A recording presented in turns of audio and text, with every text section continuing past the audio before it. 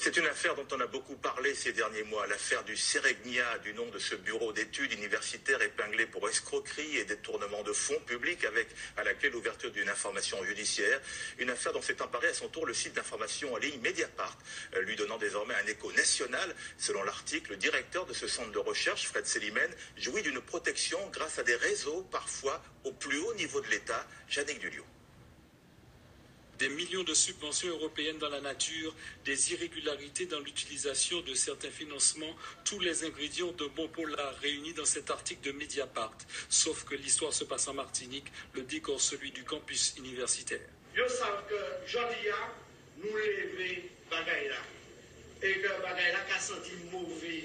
Les odeurs nauséabondes du rapport de la Cour des comptes décortiqué par Mediapart avaient déjà été évoquées durant la crise que traversait l'UAG fin 2013. À l'époque, le principal accusé Fred Selimène souligne une manipulation de la gouvernance qui gère l'éclatement de l'UAG avec difficulté.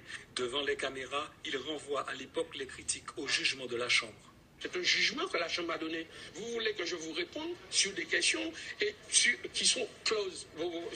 C'est pas dans la méthode des citoyens de discuter de propos clos. Sauf que le 7 avril, après un an d'enquête, une information judiciaire est ouverte pour détournement de fonds publics et escroquerie aux subventions en bande organisée. L'affaire est grave, les complicités nombreuses. Parmi les faits reprochés, un nombre important de pièces justificatives des dépenses qui permettent à l'université de se faire rembourser par le FEDER sont sans aucun rapport avec l'objet des programmes de recherche. Un audit met ces irrégularités en lumière dès 2012. La présidente de l'université, décidée à faire toute la lumière sur les pratiques du Seregnia, est victime de menaces.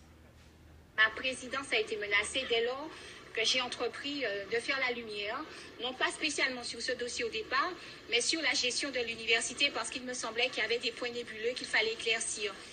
Des interrogations se multiplient autour de cette affaire. La lenteur de la justice, parfois même l'inertie de certaines institutions. L'inspection générale de l'administration et de l'éducation nationale et de la recherche a mené fin janvier une enquête à la demande de l'État. Aucun rapport n'a à ce jour été communiqué. Certains réseaux et autres accointances politiques soulignés dans l'article de Mediapart protègent-ils le directeur du Seregnia.